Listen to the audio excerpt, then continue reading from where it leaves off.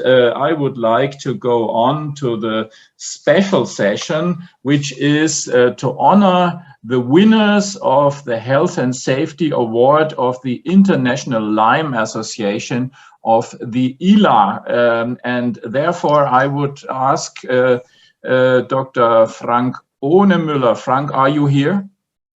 Yeah, I'm here. Hello. Yeah. I hope you can hear me. Yeah, we hear you perfectly. So thank you very much. And I would like to hand over to you to moderate the next 45 minutes. We will have some of the award-winning companies with their great ideas amongst us, but I guess not all can be present, but you have the details. So please take over and inform us about the ILA Health and Safety Award and why you created such an award. We are very interested.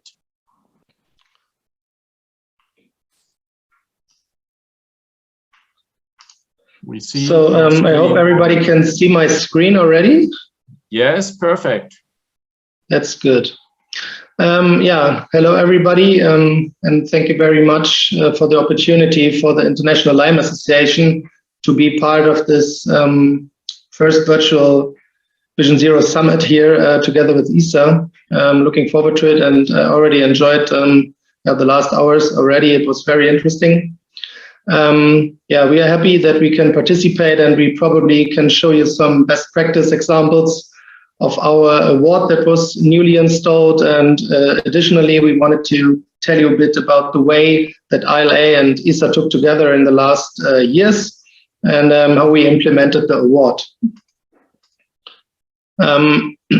Yeah, as you probably already recognized, I'm unfortunately not our ILA president, Paul Ellis, who is very sad and sorry that he can't join. Actually, he's living and working in Malaysia and coming to Europe. And due to this new COVID stuff with Omicron, this quarantining stuff in the UK and travel changes made it impossible that he joined today. But anyhow, he sends his best regards and wishes to ISA. And thanks for the good cooperation until now, and is looking forward for the good cooperation in the next years. So yeah, best wishes from him. I wanted to start who we are. What is the International Lyme Association, to give you some insights to get an idea. And the International Lyme Association is representing Lyme companies from all around the world, from all regions. We are representing not only industry directly via individual Lyme producers and dolomite producers, but we also have within our association national associations that spread our stuff to the world. Health and safety is, of course, a very big priority for us within the Lyme sector all around the world. The ILA was funded in 1970 in Paris. So actually, we wanted to have a 50th birthday anniversary last years, but due to COVID, it was also cancelled. Our main office is based in Germany, in Cologne. That's where I'm sitting at the moment. And yeah, the purpose of the International Lyme Association is that we have a general assembly and a get-together once a year. We have an information exchange forum that is typically combined also with an exhibition of suppliers. And the main topics, of course, are climate change for us, industry and new industry innovations to the technical side. And of course, stuff like standardization and health and safety is also very important. Other topics are also the environmental protection. And of course, we are trying to keep in touch about the cooperation worldwide. Now I wanted to show you how we got together with ISA, because we were in contact with Helmut already for quite some long time, also with the German Lyme Association. And I want to look back to our General Assembly in Cape Town. That was in 2018. And during that meeting, ILA became member of ISA Mining and the whole Vision Zero initiative. This was very great. We were very happy about that. And as Helmut mentioned, in 2018, we were like the first association representing a whole industry sector that was joining this initiative. And this was something we were very proud of. And yeah, health and safety, as I already mentioned, is one of our top priorities. And also for our next own international exchange forum, we have a high priority, and we are looking forward to have our award also in person in the next years again. Here you also have some more impressions. Helmut was presenting during the session. We had a special session on health and safety, a very nice presentation from ISA and Vision Zero. And afterwards we did all the paperwork and joined Vision Zero and ISA. So this was very great. But actually, only joining is not enough.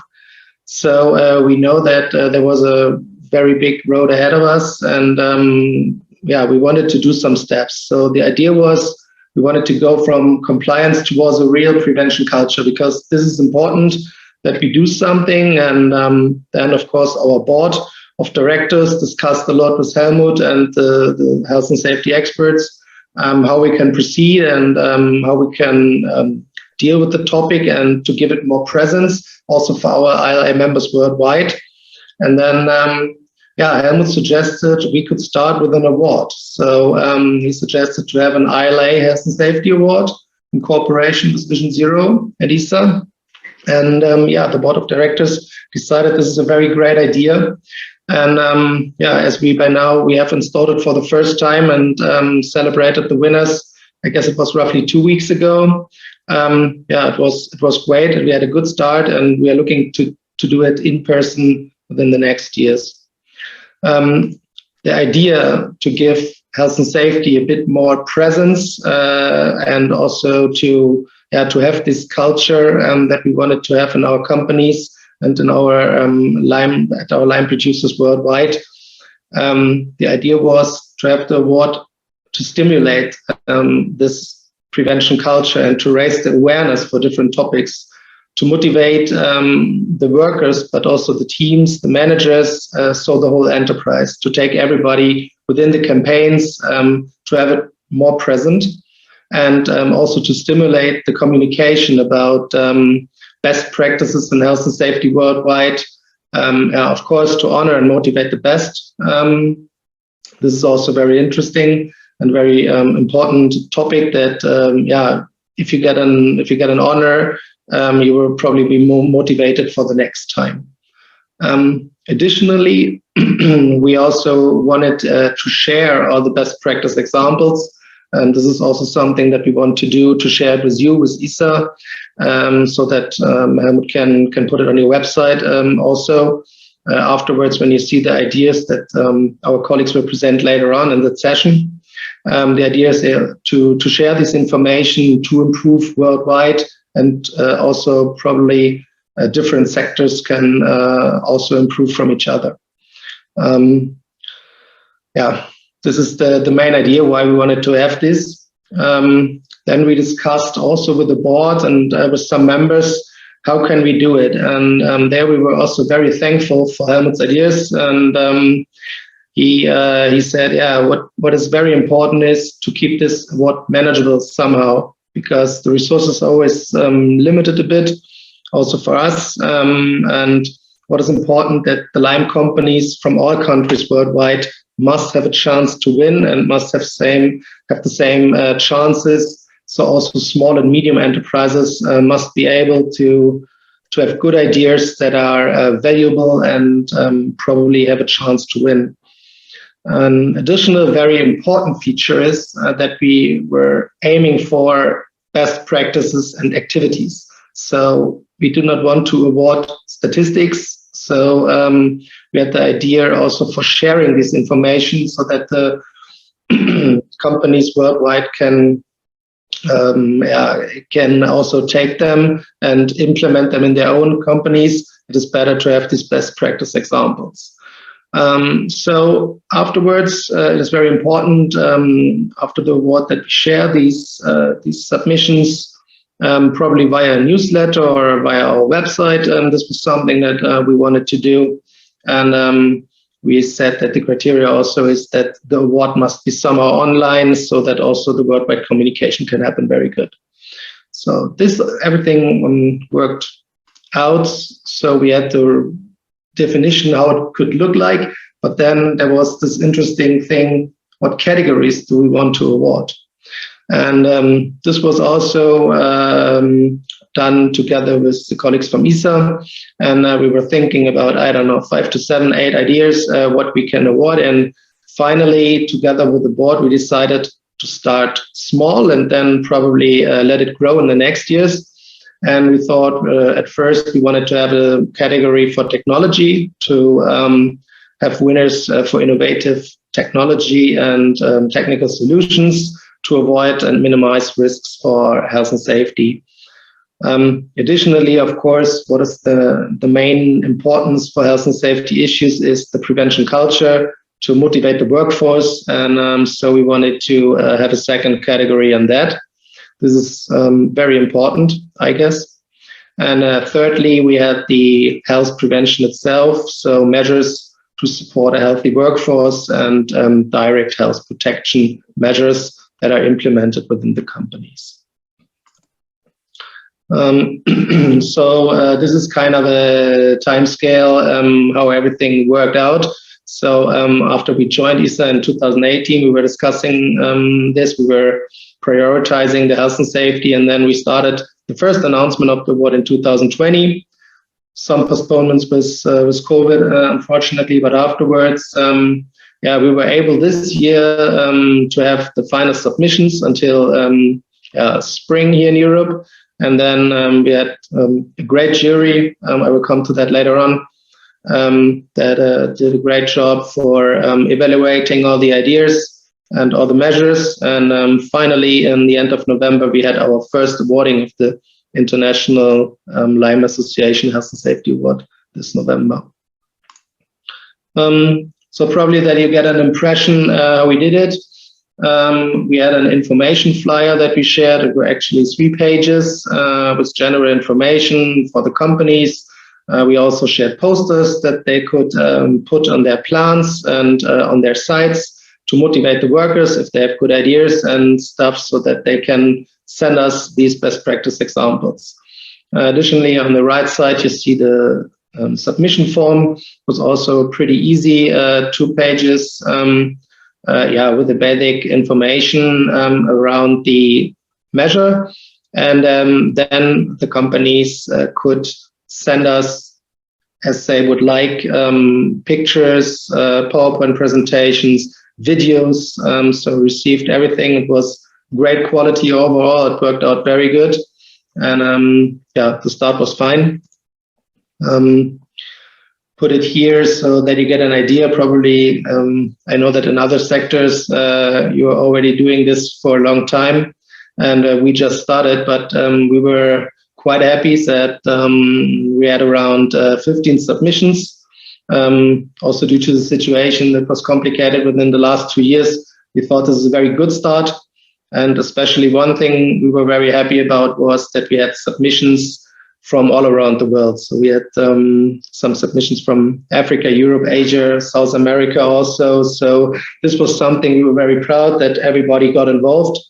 And also concerning our jury, I saw already in the participants lists some of these guys, which I'm very happy that they helped us. And many thanks to Helmut also for asking the others to join us, to help us with evaluating. So the jury consisted of great people from the health and safety departments. This was actually something that was really important for us, to have people that are already have a good idea what they're doing and already did this for some time. And thanks to you for all your help. Hopefully we will do this again in the future. We want to have our award annually now, and I'm looking forward to the cooperation in the next years. So this was very nice. Thanks for that. wanted to explain you before we come to the winners, so that you get to see the best practices at the end, a little bit how the evaluation process works. So it was, of course, also a bit tricky how we can do this, because we can probably not meet in person, and we created an evaluation sheet, and this was also in discussions with Helmut and the experts, and also our board of directors. And we wanted to evaluate, of course, the effectiveness of the idea. We wanted to see how applicable the idea is, if it is innovative. Then what was a bit more important was the sustainability aspects and the future viability. And of course, what was for us, as you can see on the weighting factor, the most important thing is the empowerment and the engagement of the workforce. So the prevention culture feature, this was important for our board, and also Helmut said, yeah, this is of course an important thing. So the people of the jury could score all the submissions via an Excel sheet. And we also had, of course, several web meetings. And in the first meeting, we got to know each other and discussed the ideas for afterwards. Everybody made their decisions, but what was very important and we were clear about is that probably if one or two submissions are pretty close, that we will have a discussion on that with the jury, which idea is probably the better one, or do we have another winner? So in the end, the jury decision was more important than only numbers. So this was something we decided, and I guess this was the right call. And for example, in this meeting, in the second meeting we had, we decided that besides the three main categories we wanted to award, we will have a special recognition for new risks. In this case, dealing with COVID. I will explain that submission later on. And this will be also in addition to the three submissions, we will have the new risks special recognition. And I guess something like this is a good idea to have on short notice a change in the awarding, and this worked out very well. Okay, and now after this long explanation how we come to the award and about the cooperation of ISA and ILA, I now want to show you the best practice examples. Some of the colleagues from the companies are with us, and we wanted to start with the first award, Prevention Culture. And this was granted to Grupo Calidra, a Mexican lime producer. And they had a very nice campaign. It was called I Don't Touch It If It Moves. And this was a campaign dealing with preventing accidents and incidents in hands. This was the winner in Prevention Culture. And now I spoke with Rafael from Calidra, who's with us. I will share their presentation, and he will explain the idea to you and explain what they did in their campaign.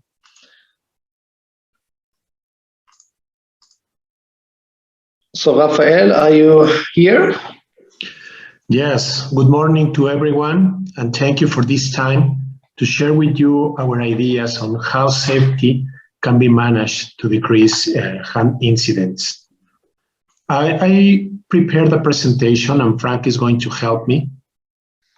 The name of the campaign that we started, it's called I Don't Touch It If It Moves. And the idea came from our CEO. This is a phrase that he usually uses when he's complaining on us about the safety issues that we have. So he's always screaming everywhere, don't touch it if it moves. In this graph, you can see how the lost time incidents were behaving in the last years. The red bar shows the hand incidents, and the blue bar shows the total lost time incidents. As you can see, the percentage of hand incidents were increasing all over the years. Last year, 2020, it was almost half of the incidents lost time incidents were related to hands. So we decided to start with this campaign in order to attack that main cause of incidents. Next slide, please. We prepared a campaign that lasted 12 weeks, and every week we had a poster like this, and we took a different issue, related all of them to hands. Week number 2 was focused on a concept that we call breaking the cycle. That means that you don't have to wait until you have very bad or very strong incidents before taking some actions. This picture shows how to break the cycle. The idea is to work with unsafe actions and conditions, to report them, to investigate them, and to analyze it in order to get the root causes of what causes these unsafety actions or conditions, and to start making prevention actions, not to wait until you have the incidents with losses or major events. So the idea was to be working on what we call the base of the pyramid in order to decrease the number of incidents. And all of the weeks were directed to one of the root causes that we were finding related to hand incidents. Number 3, week number 3, as we saw in the previous slide, was about awareness on how a person must think what he's going to do before doing it if he's going to use the hands. Next slide, please. Weeks 4 and 5 were directed to these 2 root causes that we detected. The first one is to make awareness of all the things that you do with your hands and how important your hands are to you, and that you must think what you are going to do before putting your hands in a risk. Week number 5 was directed to what we call task safety analysis. And that's a moment that every worker takes in order to think about the risks that he's going to face before starting the activity. And for that, we use a sheet in which the main risks that are detected in our facilities are listed, and every person has to go through that list in order to see if that's going to be present, that risk is going to be present in his activity, and what are the safety measures that has to be taken in order to avoid an incident. Next slide, please. Weeks 6 and 7 were directed to the lock and blocking procedure. Week 6 was used to remember everyone what are the steps that must be followed in order to work with this procedure. And week number 7 was directed to explain and to remember everyone what are the devices that we have for blocking, and what are the energies that are present in every risk task that has to be done, and that has to be blocked before someone starts to work on it, especially if you are going to put your hands on it. Next slide, please. Week number 8 was directed to recommendations and how you should be using your hands when you are working in the field with risks present. And week number 9 was directed to remember everyone that there is a lot of different gloves that can be used to protect your hands.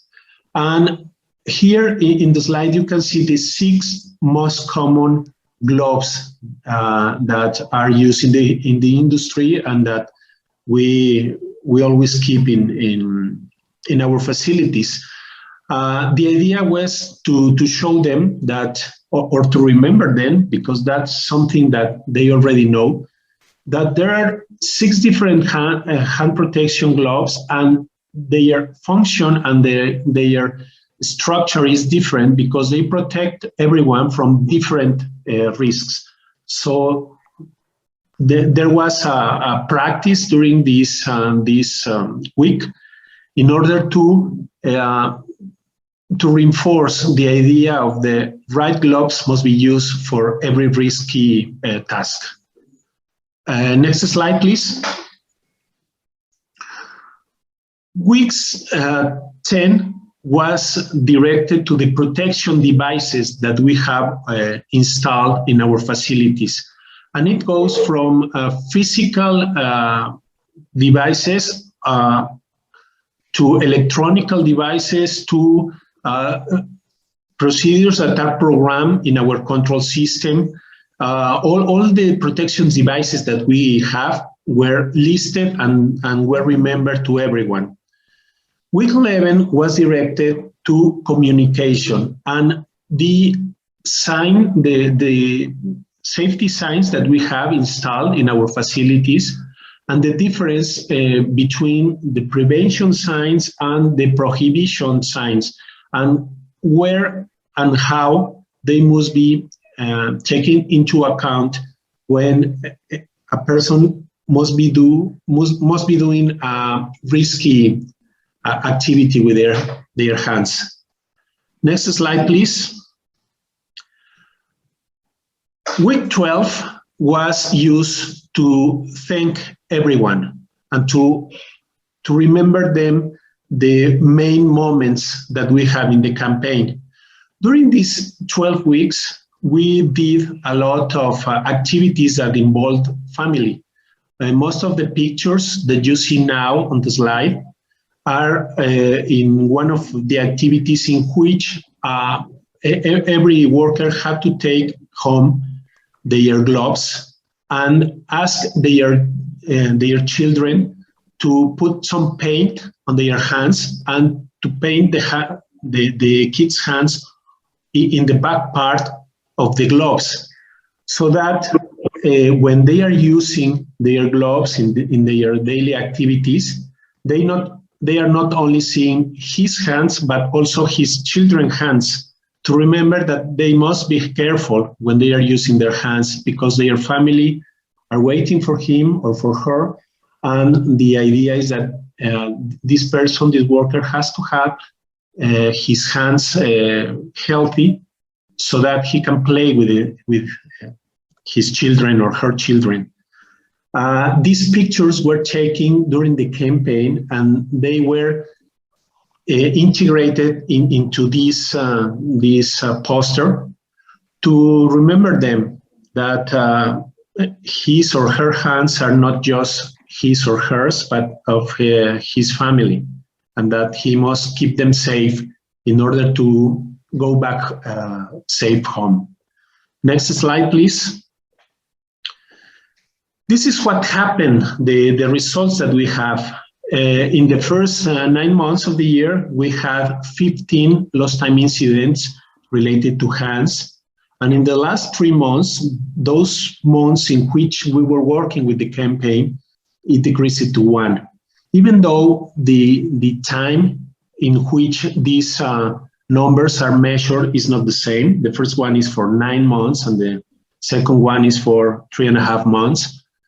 Even though the time frame is not the same, well, you can see that the results were very good. And with this, the idea was not only to get those benefits from the campaign, but also, and most important, was to tell everyone that it can be done, that it is possible not to have lost time incidents in hands, that it is possible that if you take into practice all the ideas and the different items that we were working during these weeks, hand incidents can be avoided.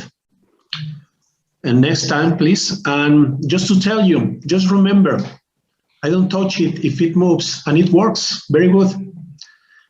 Thank you for your time, and thank you for the ideas that you can share related to this area. It'll be very helpful for us.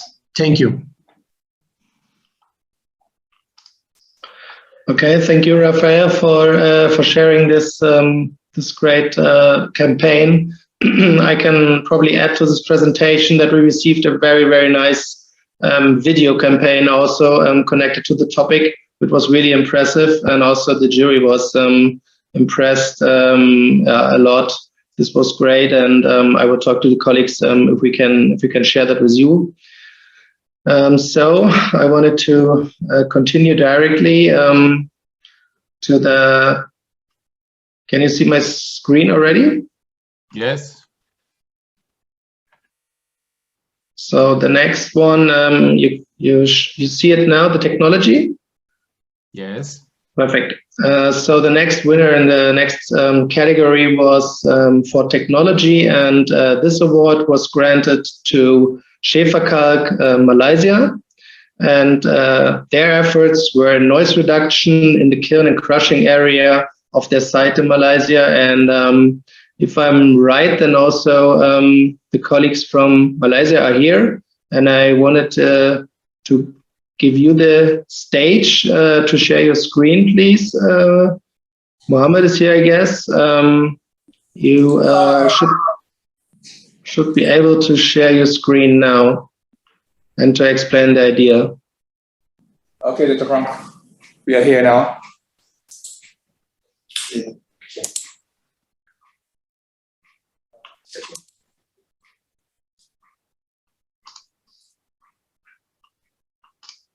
Can you see our slide? Yes, we can see. Okay. Okay, today. Hello, hi. Good evening. My name is Muhammad Izzuddin from Shefakalk, and this is my colleague, Zahan and Sham. I want to present to you regarding to our project. There is noise improvement in our factory. The issue, highlighted issue regarding the noise in SKM is excessive noise exposure to workers, especially in kiln and hydration. Wandering noise issue from year to year, and noise reduce hearing loss issues among long service employees.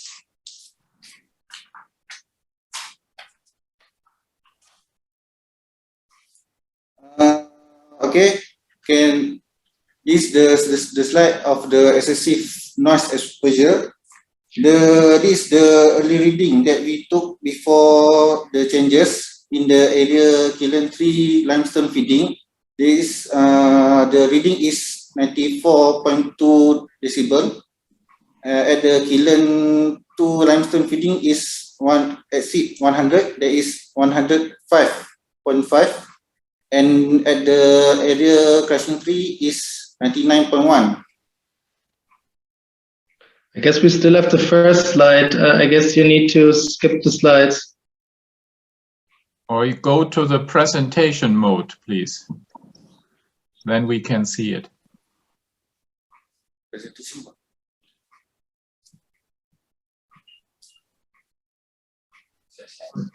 You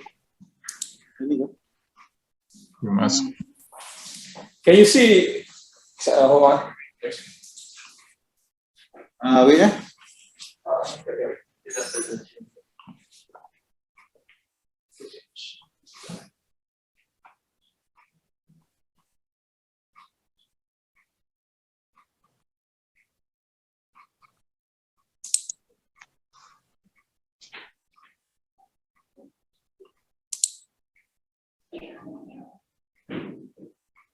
Or you go to the left side and click on the slides, then we can see them as well. Yeah. You can skip them directly. Yeah, okay. This is also fine.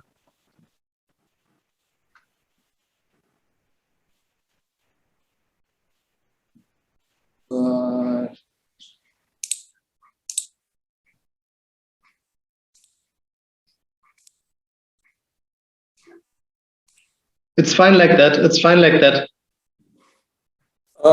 Which one, Dr. Frank? It's perfect like you have it now. You can show. You can speak now. It's perfect now. You can go to display settings, and when it's on the upper side of your screen, click on display settings. Do you see it? Okay. Yeah, and then swap. Okay. Is that better? Yeah, Yes. excellent. Okay.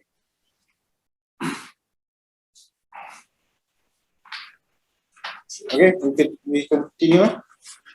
Is the boundary noise issue that we took at the Killen Hydration Station 4 is from 2018 and 2019.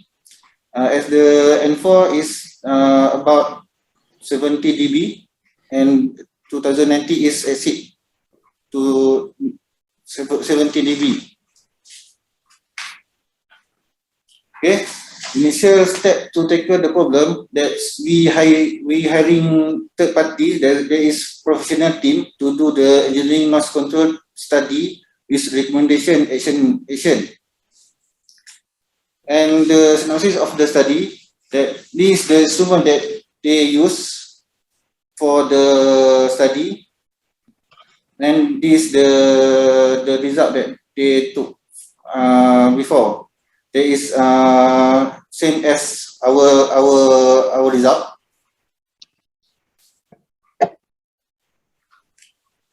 Solution.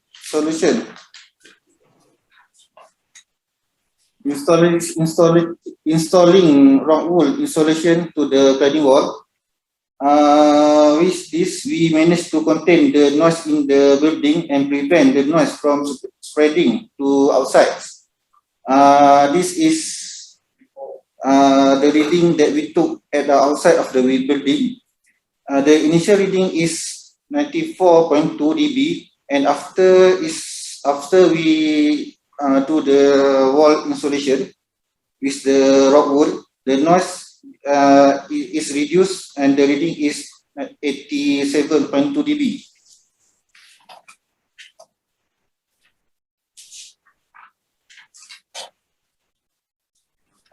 This is the crushing plant.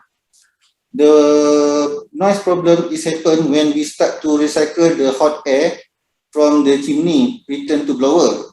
When we recycle the hot air, the noise from the blower traveling to the pipe and make the noise spreading to environment loudly. After we relocate the muffler, we managed to block the noise from traveling through the pipe and reduce the noise from 99.1 dB to 76.8 dB.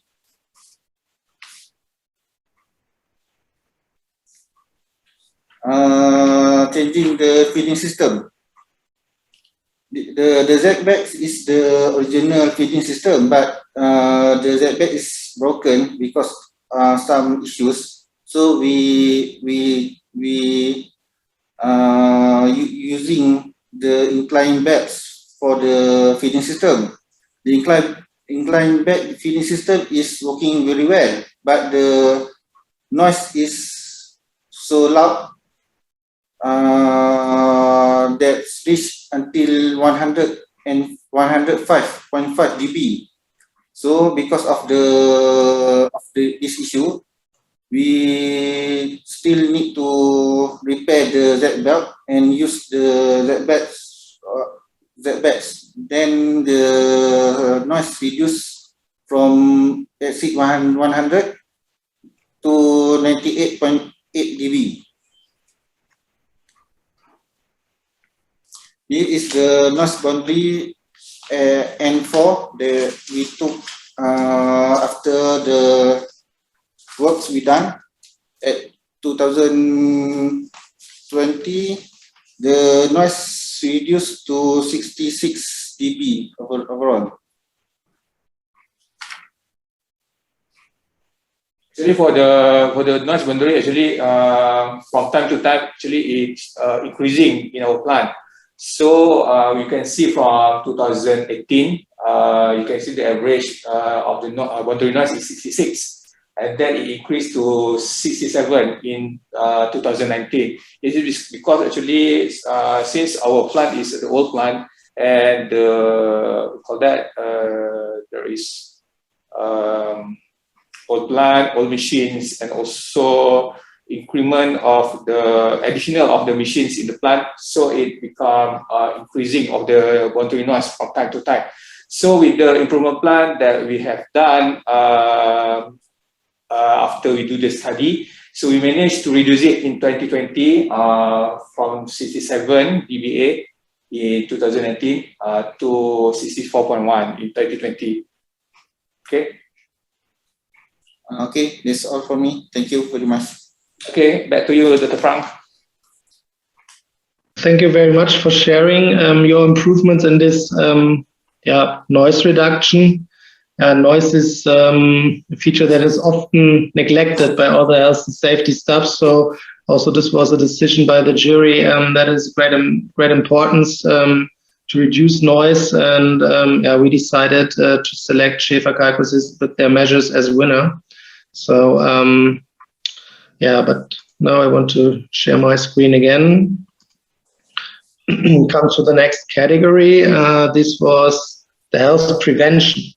And the Health Prevention Award was granted to Eatwala Lime, a lime producer from South Africa, and they had very great improvements for their occupational health and primary healthcare clinic.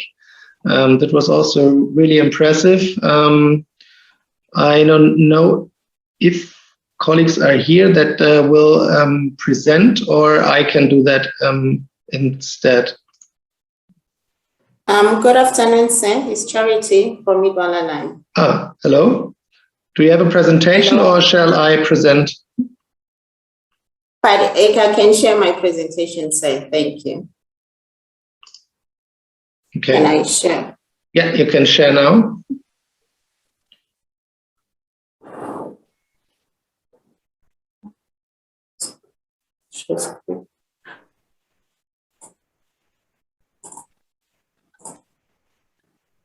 Can you see my presentation?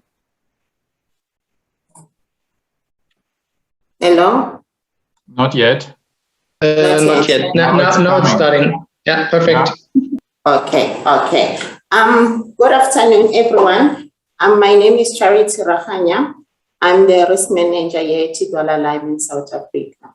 So our operation is based in the province of the Northern Cape, in a small town called Daniesgate. So we have a workforce of about 240 permanent employees and 200 contractors. So in total, our workforce is at 440. So yes, we've entered the ILA. We've entered to the ILA competition, where there was an opportunity to share the ideas that we had with regards to our clinic. So before, our occupational health clinic was outsourced to a certain company, and then we didn't have fully control over the staff and over the whole system of the occupational clinic. And then with that, since the operation of the mine in 1975, our clinic was outsourced. But then we had to take a decision last year in March 2021 to say, if we want our occupational health system process to work, we need to change the way we're doing things. And we need to move away from being outsourced, as we don't have control over the whole system, because we had issues with medical staff resigning in a short period of time. So we found ourselves having to change the OMP or the doctor or the nurses on a weekly basis. And that was putting our occupational health system at risk. And also the dysfunctional of the health clinic, resulting in backlog of medicals during the staff turnover. At some point, the clinic had to be totally closed due to no staff being available. And then also what was also putting us at risk is the monitoring of employees' chronic condition. There was we've got a high percentage of employees with hypertension, as well as diabetes and HIV and AIDS, who needed constant monitoring so that they can perform their duties. And then also, with the workforce increasing from the previous years and our clinic being a one room was becoming too small for us. And then that was the decision that we had to take, that we need to take an ownership of our own clinic. That's when we filed a notice to that outsource company to say, you'll be saving a notice and we'll be taking over. And then them taking over, they took the whole system. They took all the equipment that they've been using, and we had to start from scratch. We had to start from appointing the doctor on site, our legal appointee, Dr. Muloyi, as well as the 2 occupational practitioners who will be assisting the legal appointee in our medical surveillance. And also we had to think about moving the clinic to a new building, as the 1 or 2 room one was no longer enough to accommodate the entire workforce. And then also, as I've indicated, that we are in an isolated area. Our nearest town is 150 kilometers from here, meaning that we also needed to make sure that we have proper emergency equipment that we needed to purchase in an budgeted capex vote. And then also within that time, during the takeover, the DMR, our Department of Mineral and Resources from the government, had also issued 3 new COP codes of practice in terms of HIV and AIDS, which we needed to follow. And also the other one was involving self-testing, that was issuing HIV self-testing kits to the employees and their immediate families. And then, yes, seeing that we were also in an isolated area, managing the chronic condition, because some of the employees, they don't have access to medical aid, which was making it difficult for them to monitor their chronic condition. That's when we had to approach the Department of Health with regards to assisting us with chronic condition, as well as all this thing was happening during the COVID time, and also we had to fit in the COVID preventive measures there. And then I must say that within the first 6 months of taking over the clinic, we've received a visit from the DMR medical inspector who came to audit our clinic. And yeah, to our surprise, the audit was a very success with no findings. And then within that 6 months, we also conducted our first World AIDS Day campaign, which was a success, where we tested 300 employees in our clinic. That was also including the non-medical employees. And then with that being said, yeah, this was the picture of the old clinic, the facility that we've been having, which meaning that the place was too small and the workforce was increasing. We needed to think about moving this 2 room into another place or expanding the building. But yes, unfortunately, last year, due to COVID and with the loss of sales that affected our business, we had to went through a Section 189, where we had to retrench 18 employees. And then, but then the strategic retrenchment was more focused on removing a certain level of employees from the foreman side. And then with that being said, we noticed that the level that was retrenched, they left an open office space block.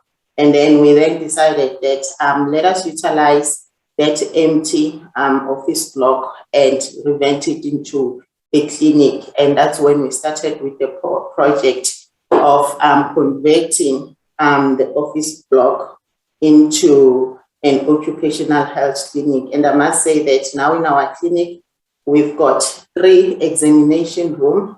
We've got 2 consultation room. We've got a pharmacy. We've got a 2-room vault where we make employees' medicals are safely secured.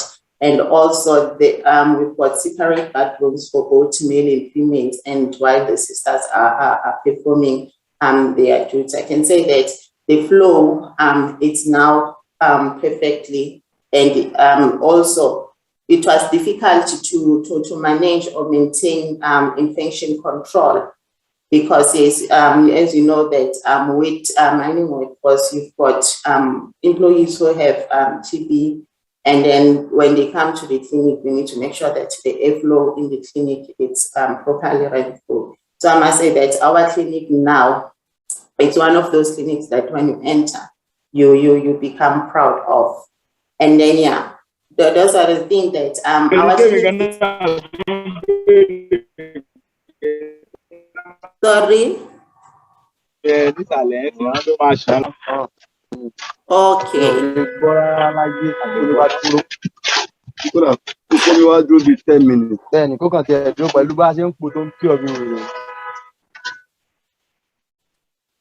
Okay, so I'll stop sharing then.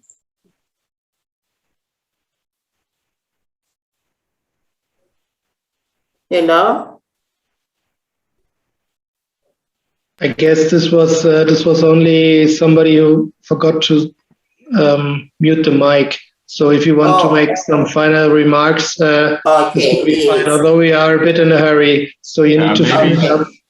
Maybe 1 minute. I'll wrap it up. Sorry? Maybe 1 minute, please. 1 minute, yes. I will wrap it up in 1 minute.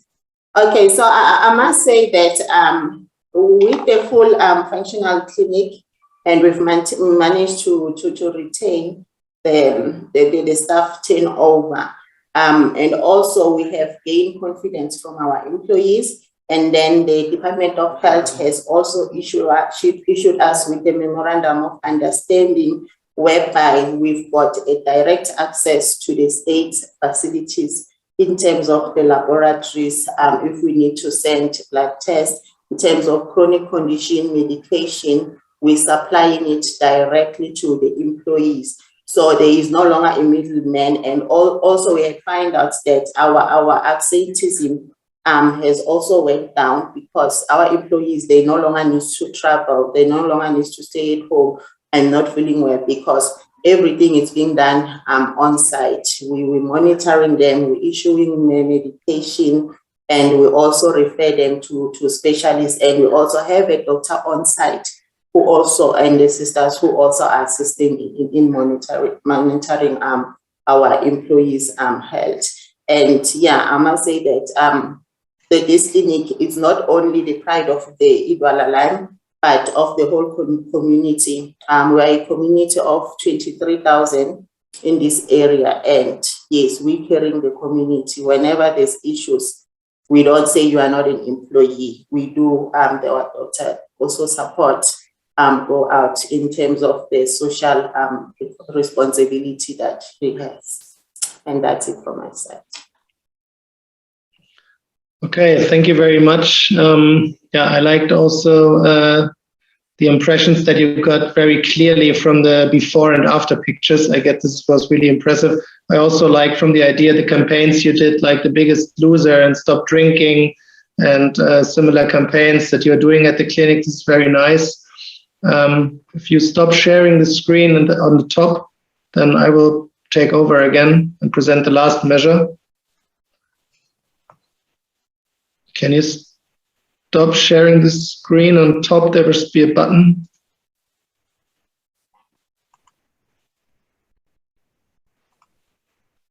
Yeah. So finally, I wanted to do it short because time is running. As mentioned, we had a special recognition, and this was for new risks dealing with COVID-19, and this was granted to Tarmac CRH, a company from the UK. And this was for the implementation of a all-year COVID-19 temperature monitoring. I will show it to you briefly. The idea was in the very early times of COVID coming, there were no vaccines and stuff, and so temperature measuring and monitoring was one of the biggest things you could do to be safe and to limit the risks of transmission to the plant and to the site. Widespread testing was not available, and so this was very viable in terms of symptom detection. So Tarmac did a very nice thing. They did a completely automatic oil temperature scanning of the drivers without human interaction, and so no people that can where the COVID can be transmitted to. There was a strong risk to it because at their plants there were more than 450 vehicles a day. So it was important to do something. Here are some impressions. In the entrance of the plants, they had an extra access lane to temperature monitoring station, to like a booth. And there they had, of course, sanitizers, and then there were step-by-step procedures. As for example, as you see on the right side, the scanning of the temperature, it was completely automatic. The machine you can see there. And after the measurement, there was automatically printed out a verification certificate that you got if your temperature was in the right range, and there were no risks, at least not then if you're on fiber or something. And if the temperature was too high, there was automatically like an alarm, and the weight bridge was also triggered so that the people know that in this time you are not allowed to go to the plant. This was, in terms of the early COVID things, a very nice measure, we guess, and so we had the special recognition. But now we realize that with all the mutations coming up and nobody knows if the vaccines are working, this will probably stay installed for quite some time, unfortunately, and will be with us. So also in case of detection other infections besides COVID, it's a nice measure. So the company will keep it like it is, hopefully not forever. But anyhow, it was a nice measure. Yeah. So in the very end, I want to thank again that we as ILA could present here our award. We were very thankful for the assistance of the jury members of ISA, and we're looking forward for the next years for the way together, ISA and ILA, with the cooperation. And thank you everybody for your attention. And of course, thank you the colleagues from the companies for presenting their measures. Okay, thank you very much to the ILA, and thank you very much, Frank. And I think we are a little bit late, but we should take the time to give a big applause to all these winners. And in my opinion, not only the winners, everybody who took part is a winner. And this is the idea behind such an award, that we really use these best practice ideas, these innovative ideas, and we copy them in other companies and other places and other countries. So a big congratulations from ISA and from all of us, and I think from the ISA Mining board members, to this innovative ideas to all these people. And this is real leadership and showing responsibility and commitment, what we need to make progress in safety and health and for Vision Zero. And you can also see how it can develop to cooperate with the ISA Mining. So I think as well the approach can be copied. What we did with the ILA, with the lime industry, we can do with other industries as well. We would be happy to assist you. So thank you very much again. I see a lot of applause and a lot of hands in the chat, and I can fully agree. And I think we can announce that we will put all the innovative ideas not only on the ILA website, but also on the documentation we will get to our ISA Mining Pro website and also to the other places. So please look the videos, they are really worthwhile to look, and it's fantastic. Now let us continue without break again. It's a little bit tough, but feel free to stand up and do some exercise by yourself. I will do that in a minute. And now I hand over to our Vice President for the Middle Americas and the Caribbean regions, Roberto Hermosilla. He is the famous man mentioned yesterday by Jose Raul Gonzalez. He asked the right questions. How many accidents do you want to produce? How many dead people do you want to produce? And what can be the answer? The answer can be only 0. And then you have them, the CEOs and the managers. So we must ask this question and we must learn from Roberto. Roberto, you will be the moderator for the final session 4. I hand over to you. Thank you very much. Thank you very much, Helmut. Good day, everyone. I have the honor to moderate the last section of the day. The topic is how to develop Vision Zero competences for future mining. We will have 4 excellent speakers and professionals with great experience. In the end of the presentation, we will have, I'm not sure, it's a few minutes for questions. I will appreciate that we keep the time assigned, please.